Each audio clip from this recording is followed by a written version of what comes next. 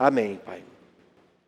Amém. Gente, desde o início da pandemia, a gente ouviu muito falar sobre empresas que quebraram, gente que perdeu o emprego, sobre gente que viveu tragédias de toda forma. Por exemplo, gente que teve crise séria no casamento, gente que se divorciou nesse período. Mas a gente ouviu falar também de gente que aproveitou esse tempo vendo ele como oportunidade para viver um novo começo, no sentido de ter mais tempo com a sua família, investir um tempo de qualidade na relação com os filhos que não tinha antes. Gente que aproveitou esse momento profissionalmente para reiniciar num novo ramo do mercado, um ramo em que estivesse havendo um aquecimento na economia. Gente que, por outro lado, viu nessa pandemia, nessa conjuntura toda tão negativa para alguns, pontos positivos, aspectos positivos. Não é que não tenha havido dramas e tragédias verdadeiras para muitos, mas o fato é que, muitas vezes, se o que a gente está passando e os fatos vão ser positivos ou negativos, tem a ver com a nossa perspectiva, com o modo como nós temos enxergado essas coisas. A palavra diz que todas as coisas cooperam para o bem daqueles que amam a Deus. Nem sempre a gente está apto a discernir o que é o bem, mas o fato é que até as coisas tristes e duras que a gente enfrenta devem cooperar para o nosso bem. A gente deve discernir com muito temor e tremor diante de Deus se a gente tem aprendido a lidar com os fatos com uma perspectiva positiva que a fé cristã ensina a gente a ter, ou se a gente tem se deixado engolir pela murmuração, por uma queixa sem fim, por uma crise que culpa tudo e a todos, mas nunca assume responsabilidade por nada. Como é que a gente tem encarado esse tempo e será que a gente está preparado para aprender com ele? O que a gente tem aprendido com esse tempo? O texto que a gente vai ler relata um momento em que Judá, o reino do sul, onde ficava Jerusalém, estava vivendo um tempo de tristeza, um ano que tinha tudo para ser o pior ano da história, não é? Por quê? O rei Uzias tinha sido um grande rei, tinha governado a partir dos 16 anos e reinou por 52 anos. Uzias construiu uma história muito bonita com o povo. E diz a palavra de Deus em 2 Crônicas 26, que nos dias em que Uzias buscou o Senhor o fez prosperar. E a bênção de Deus sobre a vida de Uzias ao longo de tantas décadas produziu a prosperidade de Judá. Agora, diz também no mesmo capítulo que exaltou-se o seu coração para a sua própria ruína. No fim da sua vida, Uzias se ensoberbeceu e aquilo adoeceu a ele, e ele acabou sendo morto por uma lepra. E aquilo foi um baque para o povo, era um momento de desolação, era um momento de desesperança, era um momento de senso de orfandade, de abandono por parte de Deus. Como é que Deus permite que o nosso grande rei, usado para prosperar, morra de lepra, de uma forma tão dramática? E é nesse contexto que Isaías começa a profetizar. Isaías, então, busca ao Senhor no templo, e enquanto ele estava ali no templo buscando ao Senhor, o Senhor dá a ele uma visão. Um ano que tinha tudo para ser o ano amaldiçoado na história, se torna um ano em que Deus resolve dar uma visão ao seu profeta. E essa visão mudaria tudo na forma de Isaías enxergar a história à sua volta, que estava acontecendo. E levaria, consequentemente, o povo de Judá a enxergar esse momento com uma nova perspectiva, que faria tudo se encaixar. E diz assim, então, o texto em Isaías 6, verso 1.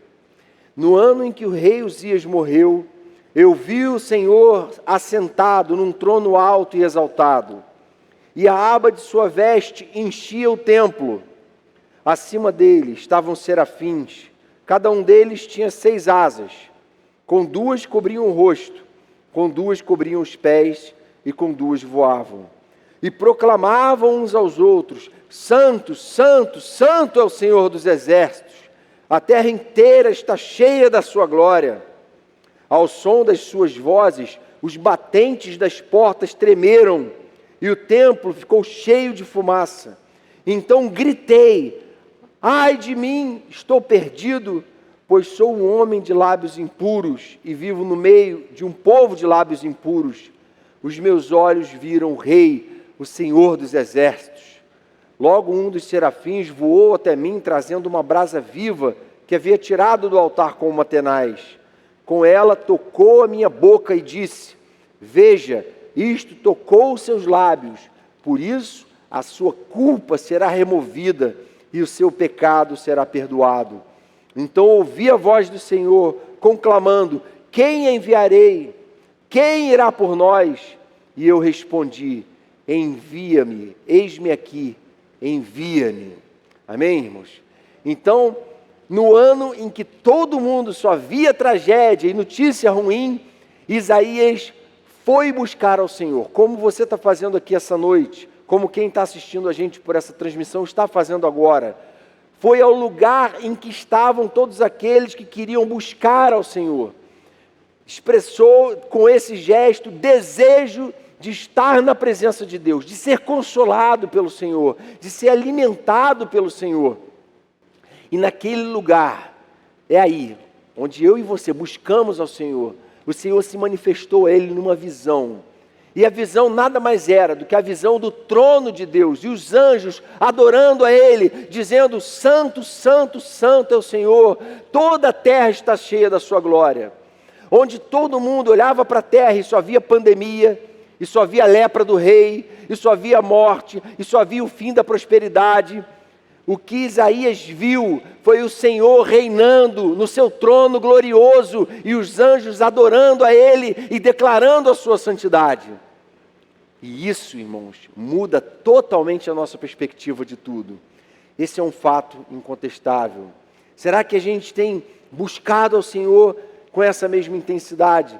Será que a gente tem se aproximado do Senhor como quem deseja ver a sua glória? Será que a gente tem feito coisas que nutrem a nossa fé no Senhor? Ou será que a gente tem só falado, compartilhado, experimentado desgosto, tristeza, experiências ruins? Será que a gente tem vivido dominado pelo medo, pelos fantasmas do Covid ou coisas desse tipo, e as estatísticas são elas que determinam o nosso estado emocional? Irmãos, nosso grande diferencial é a nossa fé no Senhor.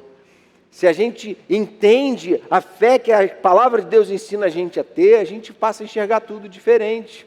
A visão da glória de Deus pode mudar completamente a nossa forma de viver como família, de viver como profissionais, de viver como servos de Deus, onde quer que a gente esteja vivendo. A primeira coisa que esse texto ensina para a gente é que a visão da glória de Deus renova a nossa esperança. A visão da glória de Deus renova a nossa esperança. Eu não sei se você tem acompanhado redes sociais, mas a gente vê muito meme falando, sobre 2020 como um ano que não tinha que ter existido, não tinha como ter pulado esse ano. Poxa, a gente era tão feliz e não sabia em 2019, não é? E muita gente falando coisas desse tipo, se tornando profeta do caos, que só fala de coisa negativa. É como a gente tem lidado com isso, que mostra qual tem sido a consistência e a qualidade da nossa fé. Não é que a gente não possa brincar e rir dessas piadas. A questão é que, muitas vezes, o ano em que as coisas têm sido mais difíceis para nós ou para outras pessoas com quem a gente convive, não quer dizer que as coisas de fato tenham andado mal. Quer dizer que, talvez, em 2020 tenha sido um ano fundamental, um ano que Deus estava esperando para dar à humanidade o recado que ela precisava ouvir. Uma sociedade que deu as costas para Deus, uma sociedade que atenta contra a verdade, como o apóstolo Paulo diz, suprime a verdade pela injustiça, uma sociedade imersa em corrupção, no lodaçal de imoralidade. É para essa sociedade que o Senhor dá um ano de 2020, meio que para sacudir ela e para dizer assim: vocês perderam a visão da minha glória, vocês perderam a consciência de quem eu sou. E infelizmente esse não é um recado só para o ímpio, esse é um recado para Judá, esse é um recado para o povo de Deus. Visão da glória de Deus renova a esperança, porque a gente, quando se volta para o Senhor em adoração, a gente lembra que é Ele que está sentado no trono, de que quem está dominando a terra hoje não é a pandemia de Covid-19, mas é o Senhor que reina sobre todas essas coisas. Quem trouxe lepra para a vida do rei foi o Senhor. Se o rei morreu, foi porque o Senhor determinou assim. E para que você tem dado ibope? Para as estatísticas? Para o acaso? Ou será que a sua fé tem feito toda a diferença na forma como você enxerga o momento que a gente tem vivido? Muitas vezes, mesmo nós, cristãos em Jesus, ou crentes em Jesus, podemos viver acuados, cheios de medo, com a mesma perspectiva que o incrédulo tem.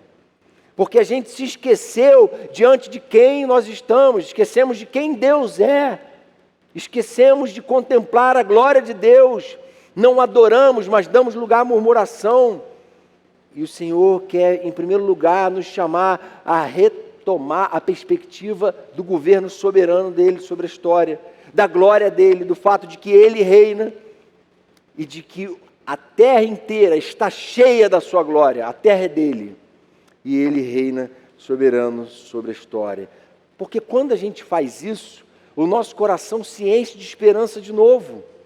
Todo aquele desespero, todo aquele pânico, toda aquela angústia e fobia se dissipam, não tem mais lugar, porque agora eu sei que tudo o que está acontecendo foi porque Deus determinou que acontecesse assim.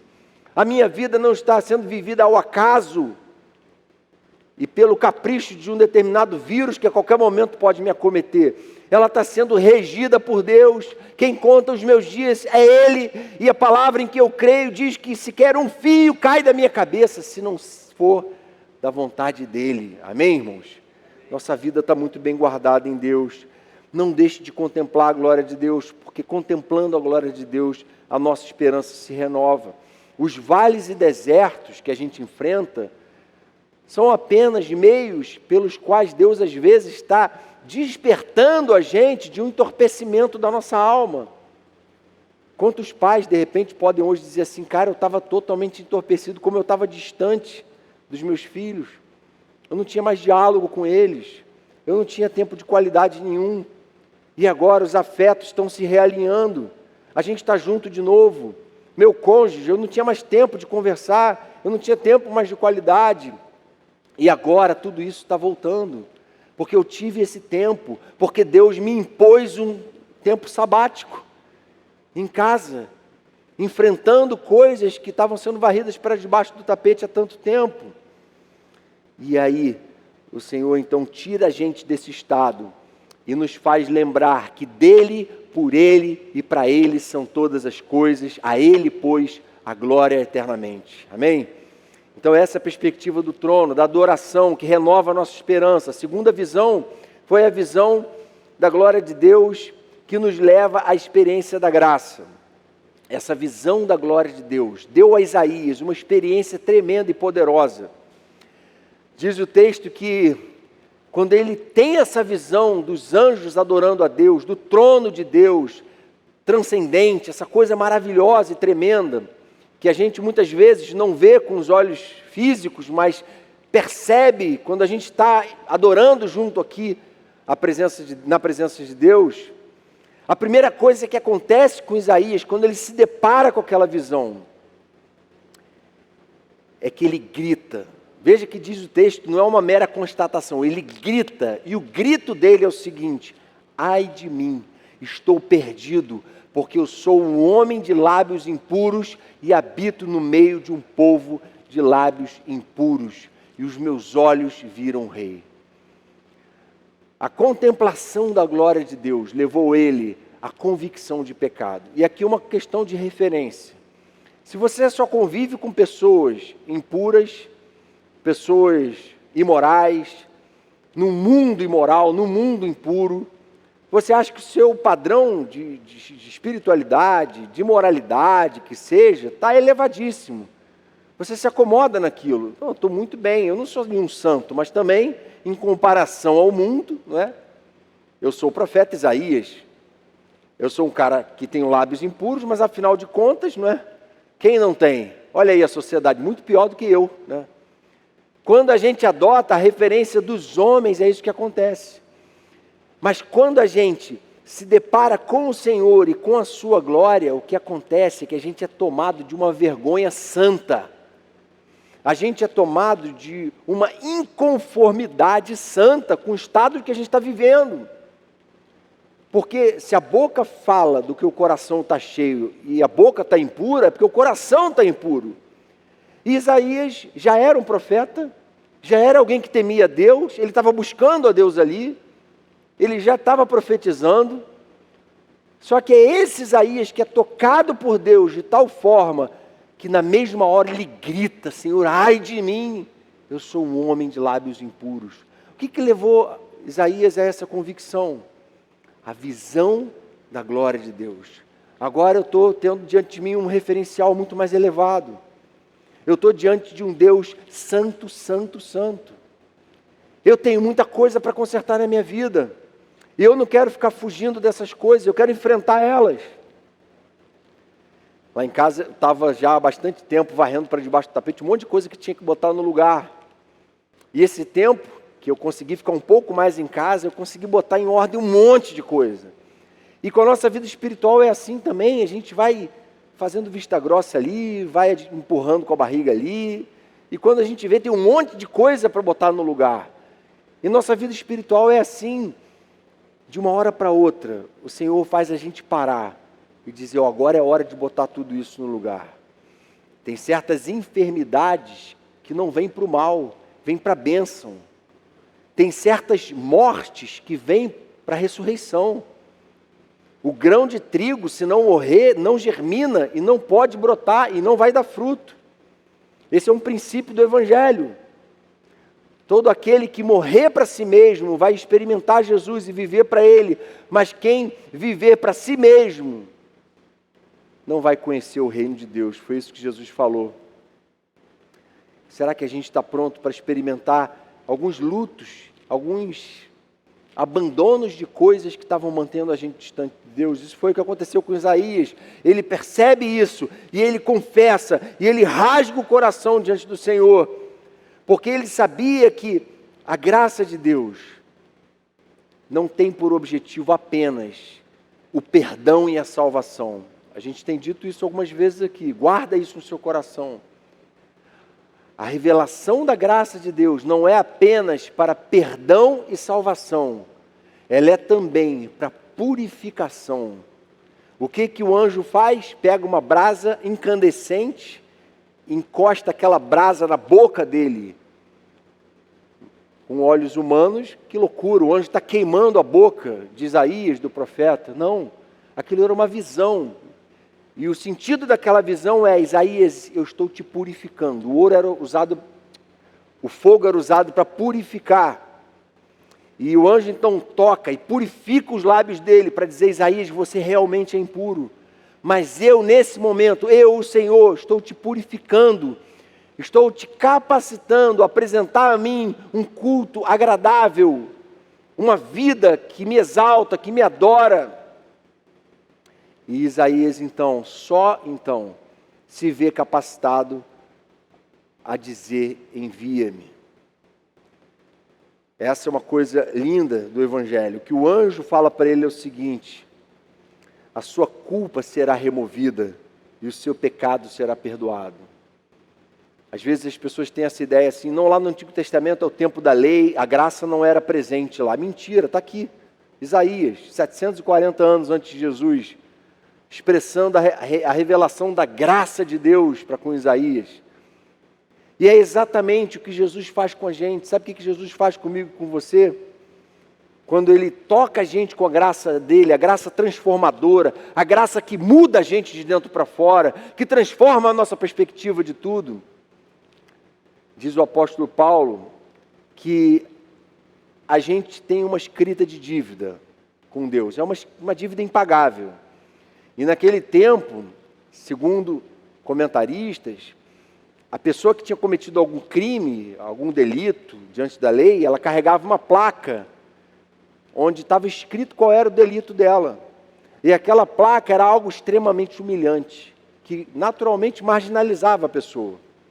E Paulo está dizendo que todos nós, diante de Deus, temos uma escrita de dívida no peito, algo que nos envergonha, algo que a gente carrega para a nossa própria humilhação. Mas sabe o que ele diz? Ele diz o seguinte: quando vocês estavam mortos em pecados e na incircuncisão da sua carne, Deus os vivificou em Cristo. Ele nos perdoou todas as transgressões e cancelou a escrita de dívida que consistia em ordenanças e que nos era contrária. Ele removeu ela, pregando-a na cruz. Ele está dizendo que Jesus na cruz pegou a minha e a sua placa, com o nosso pecado e a nossa vergonha no peito, e cravou ela na cruz, anulando toda a condenação que estava sobre nós. Essa experiência da graça, a experiência do perdão, a experiência da salvação gratuita, incondicional. Mais do que isso, a experiência da transformação e da mudança. É importante a gente pontuar isso. Porque muita gente hoje tem falado, a graça de Deus é assim, venha como está e continue como está, porque afinal de contas, Deus vai sempre te perdoar. Só que esse não é o Evangelho de Jesus. O Evangelho de Jesus prega uma vida transformada, uma vida vivida em novidade de vida. Amém, irmãos? Então essa é uma outra coisa que a visão da glória de Deus, que a vida de adoração experimenta, a experiência da graça transformadora. E a terceira coisa que se experimenta, que a visão da glória de Deus nos capacita para a missão.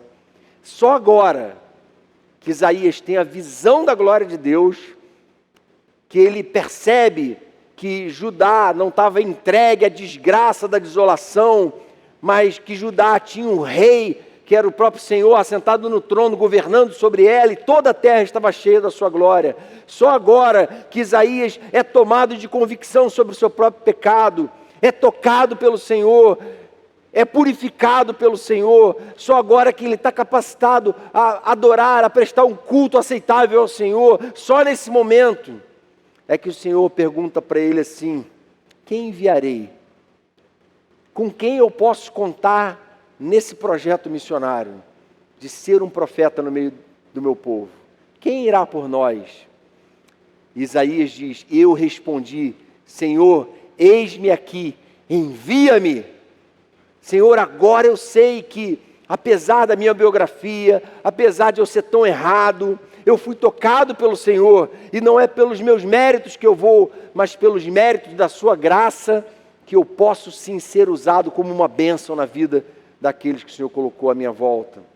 Porque agora, Senhor, eu consigo enxergar a sua glória, consigo enxergar a sua grandeza, eu consigo enxergar quem Deus é. Agora eu estou tomado de consciência de que não dá para viver como o mesmo Isaías de antes. As coisas têm que mudar na minha vida. A gente, de um modo geral, tem uma ideia de missões como sendo alcançar o pecador, não é? Que está perdido. E eu li uma perspectiva interessante recente sobre missões, que dizia que, na verdade, missões surgem antes do relato da queda. Quando Deus cria o homem lá em Gênesis 1, ele fala: enche a terra, multiplique-se. E a palavra diz que toda a terra será cheia da glória do Senhor. E o homem que foi colocado, né, como a coroa da criação, deveria espalhar essa glória, essa imagem e semelhança de Deus por toda a terra, agora está embotado pelo pecado. De modo que o Evangelho capacita a gente a voltar para o projeto original de Deus no Éden em Cristo, que é o novo Adão. Isso a palavra ensina para a gente. E aí, essa nova perspectiva diz então que missões é espalhar a glória de Deus na terra. É levar as pessoas que estão resistindo a adorar a Deus, que não conseguem enxergar o seu trono, que não conseguem enxergar a sua grandeza, levar para essas pessoas a mensagem de que elas precisam fazer isso urgentemente. Que é grave demais elas relutarem a se curvarem diante do Criador delas. É grave demais os anjos nos céus gritarem: santo, santo, santo é o Senhor, enquanto a gente, pecador, resiste a se curvar. O John Piper explica essa perspectiva, alguns conhecem bem, o pregador norte-americano, ele diz assim: as missões não são o alvo fundamental da igreja. A adoração é. As missões existem porque não há adoração. A adoração é fundamental, não as missões, porque Deus é essencial e não o homem. Quando esta era se encerrar e incontáveis milhões de redimidos estiverem perante o trono de Deus, não haverá mais missões. Elas são uma necessidade temporária. A adoração, porém, permanece para sempre. A visão da glória de Deus é algo que vai acontecer depois que a gente for arrebatado, estiver com Deus em glória. A gente vai continuar vendo essa glória, e exaltando a Deus e adorando a Deus. Confissão de Fé de Westminster, que a gente segue como interpretação fiel da palavra de Deus. A primeira pergunta do Catecismo de Westminster é: qual é o fim do homem? E aí diz: o fim do homem é glorificar a Deus e gozá-lo para sempre. O principal fim, a principal missão da nossa vida é glorificar a Deus e gozá-lo para sempre. É refletir ao mundo perdido essa graça que a gente recebeu, essa brasa viva que tocou o nosso lábio, que transformou a nossa vida e a nossa história, e mostrar essa beleza para o mundo, de modo que, como disse Jesus, os homens vejam a gente, as nossas obras, e glorifiquem o nosso Pai que está nos céus. Amém? Nossa missão não é encher a igreja de pessoas, mas enchê-la de adoradores que adorem o Pai em espírito e em verdade, até que, como as águas cobrem o mar, toda a terra se encha do conhecimento da glória do Senhor. Amém, irmãos? Esse é o nosso papel como igreja. Nossa visão da glória de Deus tem que ser tão intensa, nossa atitude de adoração deve ser tão regular, que estejamos prontos a dizer, como Isaías, embevecido ali, diante daquela visão, que certamente marcou o ministério dele, dali para frente. Ficou viva na memória dele, não é? Prontamente ele disse: envia-me. Agora que eu fui tocado pelo Senhor, agora que o Senhor fez uma cirurgia na minha vida, no meu lábio, no meu coração, agora eu posso ser usado pelo Senhor, porque é pelo teu poder que eu vou. Porque eu não seria capaz de resistir a esse ofício de profeta. Senhor, eu sei que o Senhor me enviou para a minha família. Eu sei que eu fui chamado a ser um profeta dentro da minha casa. Mas quando eu olho para mim mesmo, eu vejo impureza nos meus lábios. Eu vejo condutas totalmente reprováveis diante do Senhor. Eu vejo brigas, gritaria, confusão, coisa que não tinha que acontecer na casa de um profeta de Deus. E aí, Senhor, eu não consigo cumprir essa missão. Eu não me sinto enviado, porque eu tenho falhado tanto. Mas o que o Senhor quer é que você se volte para Ele, como Isaías, contemple o trono da glória dEle. E diga assim: envia-me. Ele quer te enviar para a sua sala de aula, Ele quer te enviar para o seu escritório, para o seu consultório, Ele quer usar a sua vida. Amém, irmãos? Algumas aplicações aqui. Primeira delas, nunca perca de vista o fato de que você serve a um Deus soberano. Cuidado! Não se entregue a uma forma incrédula de enxergar a realidade à volta. Não repita o discurso da massa. Você não é massa. Não seja um mero repetidor de estatísticas, porque você não é um mero cientista social. Você é um servo do Deus vivo. Você serve a um Deus que reina sobre a história, que está sentado no trono, a quem os anjos adoram ininterruptamente. E você não pode perder essa perspectiva, para que o seu coração não perca a esperança. É essa perspectiva que renova a nossa esperança. Nunca se esqueça disso. Nunca perca a perspectiva da fé, que é o que distingue a mim e a você aqui nesse mundo. Segunda aplicação: deixe-se tocar pela graça que transforma de dentro para fora. Deixe-se tocar. O Senhor está sempre pronto a tocar a gente, a remover a culpa, a remover o escrito de dívida, a nos dar um início de uma nova história, um recomeço. O Senhor está sempre pronto a agir de forma graciosa, de forma misericordiosa. Ele está sempre pronto a pegar na nossa mão e a andar com a gente, e a ter paciência com a gente. Ele é longânimo. Ele é assim. Esse é o nosso Deus. Então não é isso que está faltando. O que está faltando é a gente se deixar tocar por essa graça. Dizer: Senhor, até aqui eu tenho feito isso, meus lábios estão impuros, tanta coisa errada na minha vida, não era mais para ser assim. Eu quero continuar crescendo na relação contigo. Senhor, eu sei que o teu evangelho prega transformação de vida. Quanta coisa mudou na minha vida, mas quanta coisa ainda precisa ser transformada. Amém, irmãos? E a gente não pode nunca abandonar essa busca por transformação, por novidade de vida. Porque onde o Espírito Santo está, aí há liberdade. Onde o Espírito Santo entra, aí correntes se quebram. Não há mais escravidão ao pecado, não há mais cegueira. Agora a verdade é enxergada. O Espírito Santo ilumina o nosso entendimento. O Espírito Santo nos dá prazer no que é santo e desejo de buscar mais isso. Terceira e última aplicação aqui: esteja pronto a dizer: envia-me. Esteja pronto a dizer para o Senhor: Senhor, agora que o Senhor já tem operado na minha vida, tem transformado o meu coração, eu quero ser um instrumento seu na vida daqueles que o Senhor colocou à minha volta, que eu amo. Gente que é colega de trabalho, de estudo, gente que mora comigo.